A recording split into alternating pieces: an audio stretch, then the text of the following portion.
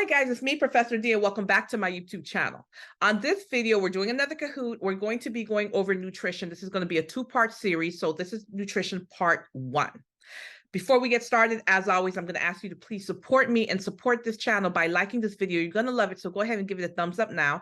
Subscribe to my channel if you haven't done so already, and don't forget, I'm now offering next generation NCLEX review sessions. Besides the review sessions, I'm offering one-on-one tutoring and consultation sessions. If you're a current nursing student and you're just studying for your next test, you really have to get a high grade to pass. Well, I've got something for you as well. I have audio lessons available on my website, so be sure to check that out, nexusnursinginstitute.com. Almost daily, you can find me covering a variety of nursing topics across my social media platforms such as TikTok, Instagram, and Facebook. So be sure to check me out there. Without any further ado, guys, let's get started. Nutrition, part 1.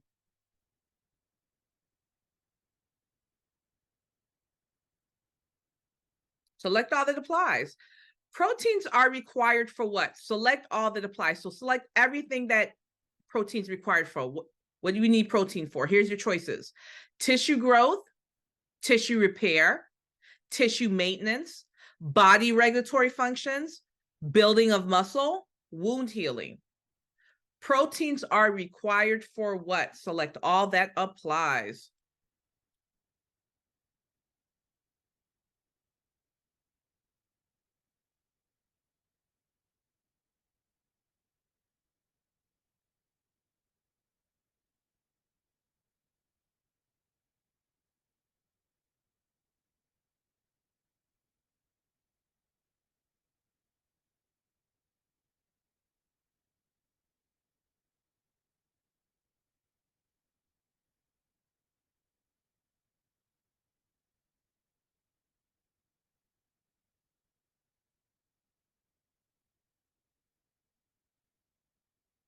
Okay, all of them.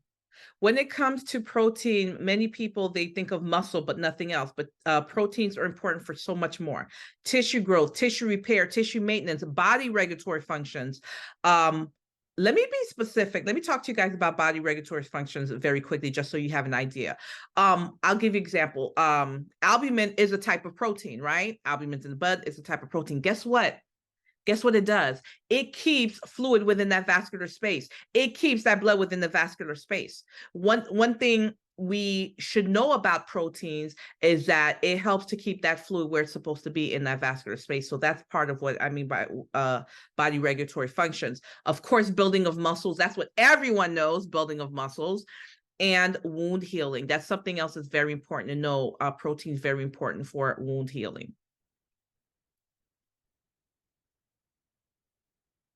All right, select all that applies.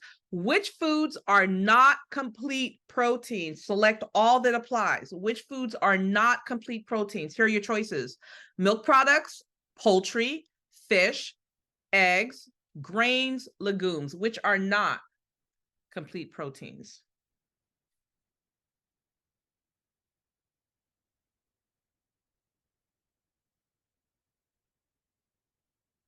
The pin to get in is 812-6809, 812-6809.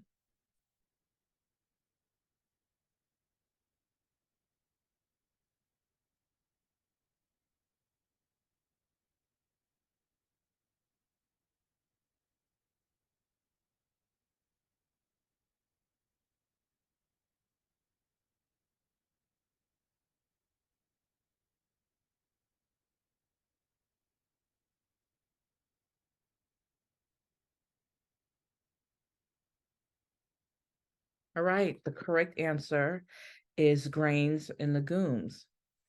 Grains, legumes, nuts, seeds, those are incomplete proteins. That means they're lacking one or more of the essential amino acids. Okay, complete proteins have all the essential amino acids. So your complete proteins would be milk products, poultry, like chicken, fish, eggs. All of those are complete proteins. But again, grains, nuts, legumes, seeds, those are incomplete proteins. They're missing one or more of the essential amino acids.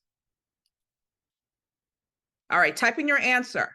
After a gastrectomy, patients require which supplementation? Your patient just had a gastrectomy.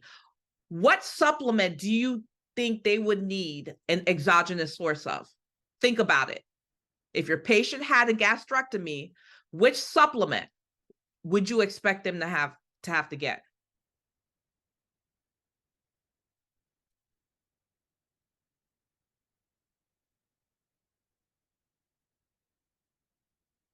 Let's see what your answers are. Very good. For most of you guys, very good. Vitamin B12 or cobalamin, absolutely. I saw some calcium and vitamin C. What are you talking about? Vitamin B12, cobalamin, why? Let's talk about it. If the patient had a gastrectomy, let's break down that word gastrectomy. Gastro, stomach, ectomy, removal of a portion of the stomach. Well, guess what? Intrinsic factor is needed to absorb vitamin B12, your cobalamin, right? You need intrinsic factor. Where is intrinsic factor found? In the stomach. So if the patient had a gastrectomy, part of their stomach's been removed, they may not be able to absorb vitamin B12. Guess what? You can't live long without vitamin B12. You're going to have all these neurological dysfunctions. You are going to, I don't want to say the word because TikTok will ban me, but you won't be living for long, right? So if any patient who's had an issue with their stomach where the stomach part of the stomach has been removed, where they no longer have intrinsic factor, you understand they will no longer be able to absorb vitamin B12, and they're going to need an outside source, an exogenous source of vitamin B12 or cobalamin. Very good. All right, type in your answer. If a patient has pernicious anemia, how long will they have to take vitamin B12? Exogenous, I can't say that word. I tried. Exogenously.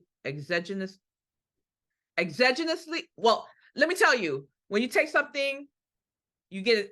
I can't say the word. Exogenously. Shoot me. I hate this. Anyway, that E word, that means outside source. I literally said it 3 times and now I can't say it.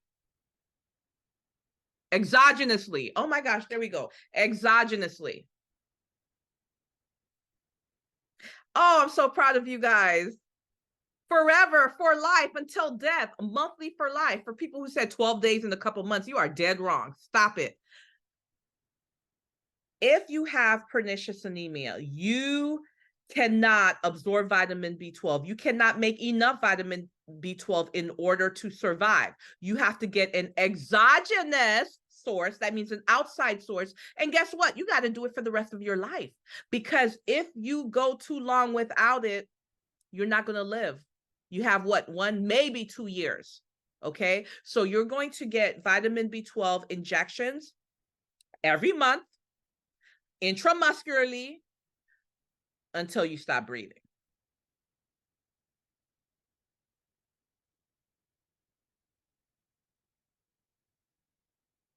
All right, select all that applies. What are the classic symptoms of pernicious anemia? What are those classic symptoms? Here are your choices: glossitis, depression, dry, scaly skin, pallor, anorexia, weight loss.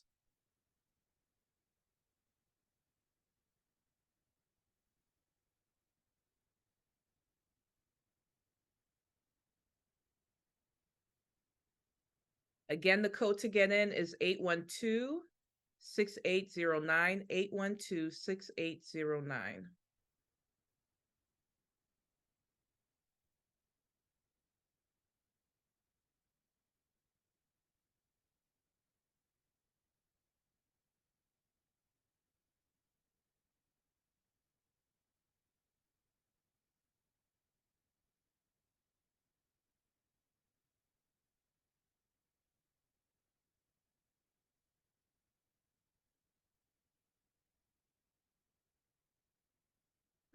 All right, let's talk about this. Glossitis, that inflammation of the tongue. Yep, that's a classic symptom. Depression. Yes, I just told you like 2 slides ago that the patient who has pernicious anemia, the patient that's not getting enough vitamin B12, a complication is what neurological issues, right? We definitely expect to see depression, pallor. It's a type of anemia. The patient's going to have pallor. Anorexia, they're not going to want to eat. They're going to lose weight. All of those are classic signs and symptoms of pernicious anemia. What is not a classic sign and symptom is dry, scaly skin. What disorder dry, scaly skin. What vitamin would be lacking that you would see dry, scaly skin? Do you guys know on the live, if you see dry, scaly skin, what vitamin do you think is lacking? Anyone know? Vitamin A. Lack of vitamin A can cause dry, scaly skin. All right, type in your answer. Yep, vitamin E as well, correct. Which vitamin is important for preventing neural tube defects in a growing fetus? Which vitamin is important for preventing neural tube defects in a growing fetus? Type in your answer, guys. What do you think the answer is?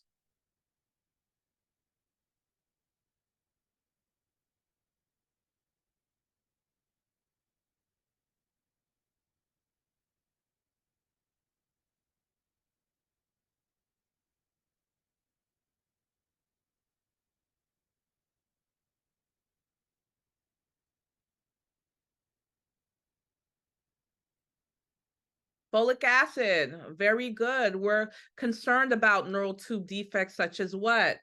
Spina bifida. Which vitamin plays a role in the immune system and promotes wound healing? Would it be vitamin A, retinol, vitamin D, vitamin K, or vitamin C? Which vitamin plays a vital role in the immune system and promotes wound healing?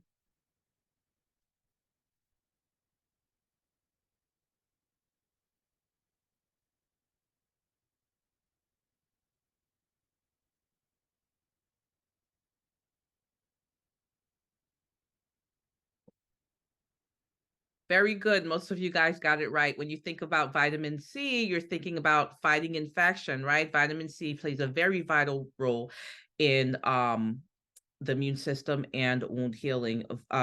Vitamin A, we know that's important for vision. It's important for skin. Vitamin D is important. It helps you absorb calcium, which, calcium is important for bone strength. Vitamin K is important for promoting, clotting. But specifically when we're talking about the immune system and wound healing, vitamin C.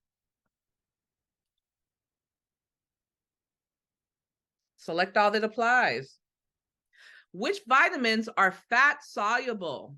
Select all that applies. Which vitamins are fat soluble? Here are your choices: vitamin A, vitamin B1, thiamine, vitamin C, vitamin D, vitamin E, vitamin K.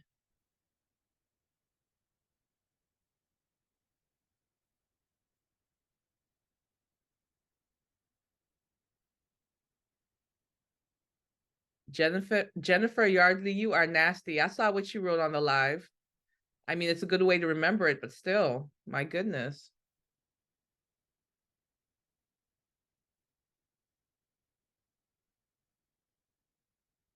You guys are going to get me banned on TikTok.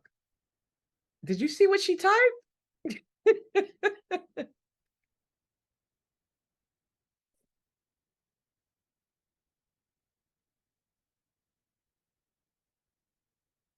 Oh my gosh. Okay, guys. So the fat soluble vitamins are, as I learned them when I was in school, it was pronounced ADEK. ADEK. Those are your fat soluble vitamins, okay?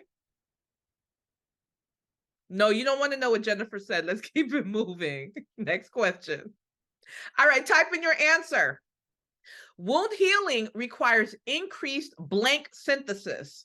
That same blank plus vitamin C and calories promotes wound healing. What are we talking about here?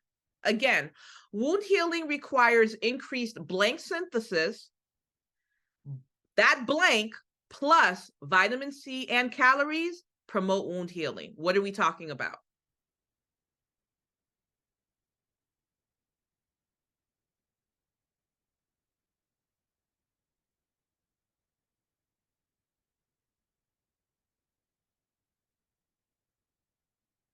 Photo.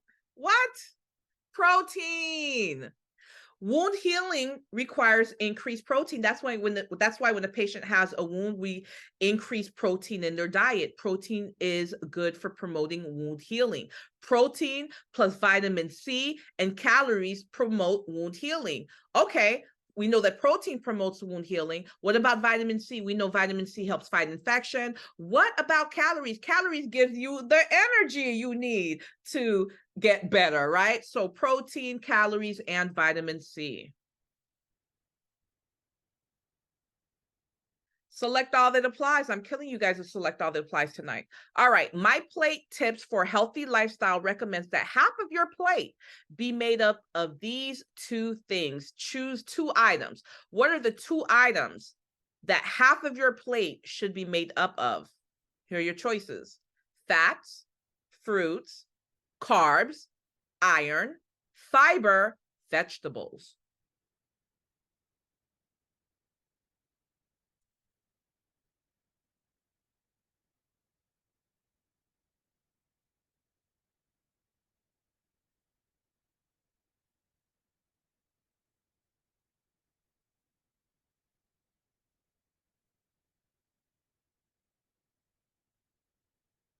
You have to choose two, guys, not just one, two things.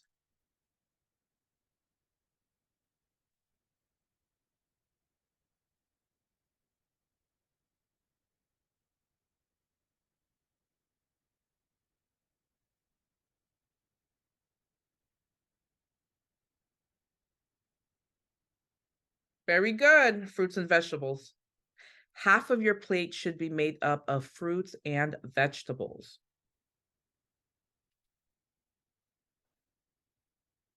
Select all that applies again. My plate tips for a healthy lifestyle recommends that you eat which foods less often. Here are your choices: solid fats, added sugars, added salts, bacon, hot dogs, cakes. My plate tips for healthy lifestyle recommends that you eat which foods less often. Select all that applies.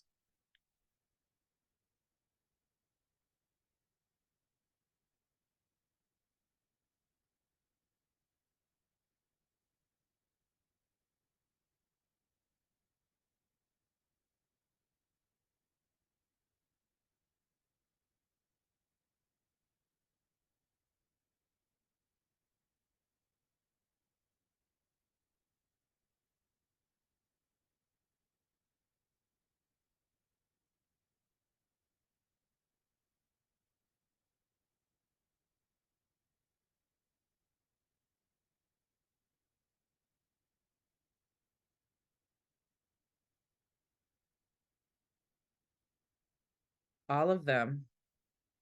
Even the bacon and hot dogs. Yes, all of them.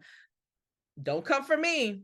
Come for the U.S. Department of Agriculture and the Center for Nutrition, okay? But yes, all of them. Solid fats, added sugars, added salt, bacon, hot dogs, cake, less. All right. Your patient's malnourished. What can you do to provide an environment that's conducive to eating? Type in your answer, and please don't put in crazy answer. I mean, I want to see an answer, something that you saw in your textbook or your lecture or a PowerPoint, something that they've taught in nursing. As a nurse, what can you do? What is a nursing intervention to provide an environment that's conducive to eating? Your patient's not malnourished, they're anorexic, they don't want to eat. What can you do to stimulate or promote an environment that's conducive to them eating, to encourage them to have an appetite to want to eat?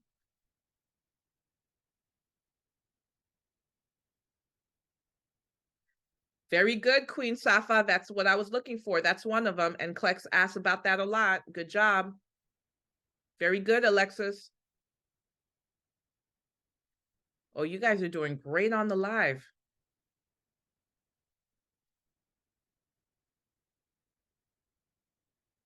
37 answers submitted. What are the answers? Oh, show answers. How do I show the answers? Oh, there we go.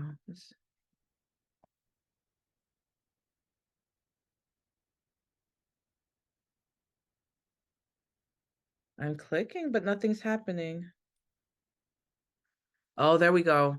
Turn off the TV, minimize. Yes, minimize distractions. That's a big one. You will find that in your nursing textbook. Yes, oral care. That is another biggie. You think somebody's going to want to eat or have an appetite, or their appetite is going to be stimulated if their mouth is dirty? Very good. Um, Educational. I don't know what that means. Small, frequent meals. Yep, that's another big one. Give them foods they like. Yes. However, we have to be careful with that, because let's say the patient's got something like CHF, they may love chips, but we can't give them chips because it has lots of salt in it. So yes, give them foods that they like, that's within um, their nutritional constraints or their dietary constraints. Okay, very good. Position them to eat comfortably. Yeah, you want them sitting up. You think they're going to want to eat if they're lying down? Have a calm environment. Yes. How are you going to feed a patient when the radio's loud, the TV's loud, people are in the room talking and distracting them? No, you want to have a nice, quiet, calm environment.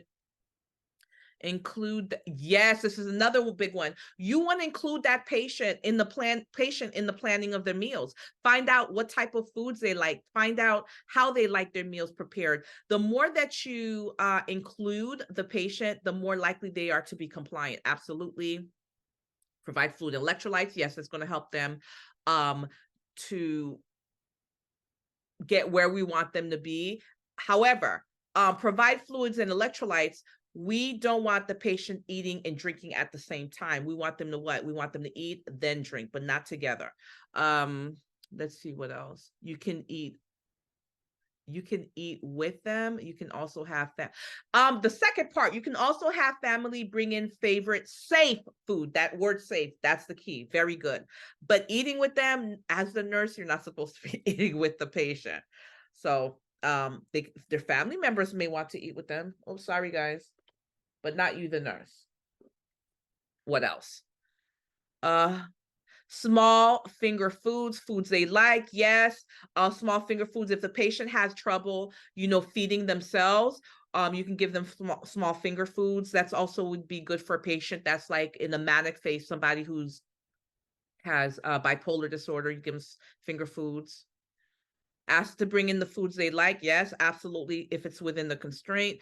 Presentation. Yes. I don't know who said presentation, but I was waiting for this. Somebody said it on the live, and that's a biggie. NCLEX asks about this a lot. That's important. Presentation. Why would you just slap the food on the plate? Why would you go into a patient's room and their bedside commode is right there next to them, and then you put the food right there on the tray and the bedside commode's right there? Would you eat in the bathroom? No. Why would you expect your patient to? Before you put that plate down, take that bedside commode and go ahead and put it in the restroom. Close the door. Make it an environment where the patient's going to want to eat. Remove noxious smells. Very good. Absolutely. Oh, here's another one. Ensures. Let's talk about ensures. This is a biggie.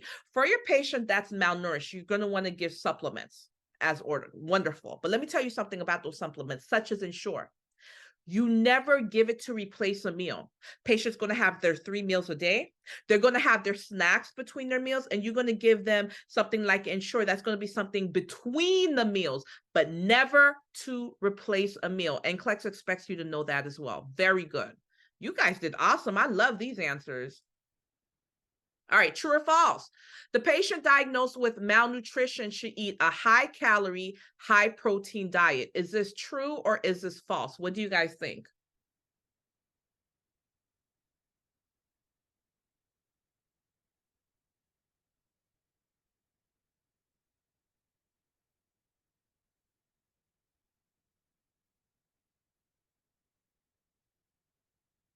Very good. True. They're malnourished. We need to get those vitamins, those nutrients, those calories into that patient. High protein, high calorie diet. Absolutely true. True or false? Vitamin D requirements are higher for the older adult. Is this true or is this false? What do you think?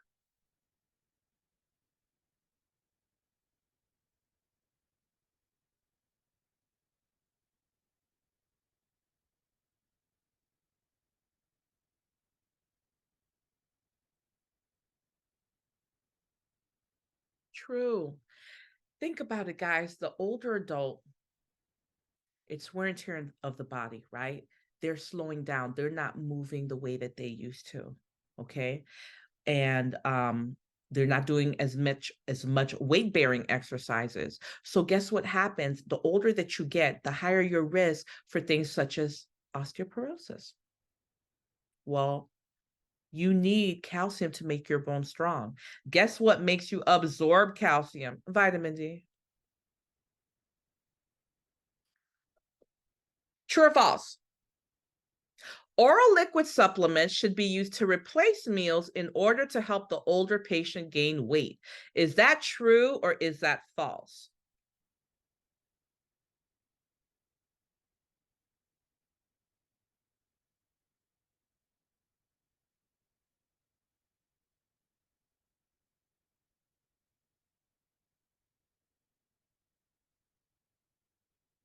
Very good. To the 45 people that listened to me when I told you that you cannot use these supplements to replace a meal. No, they're going to be given in addition to the meals.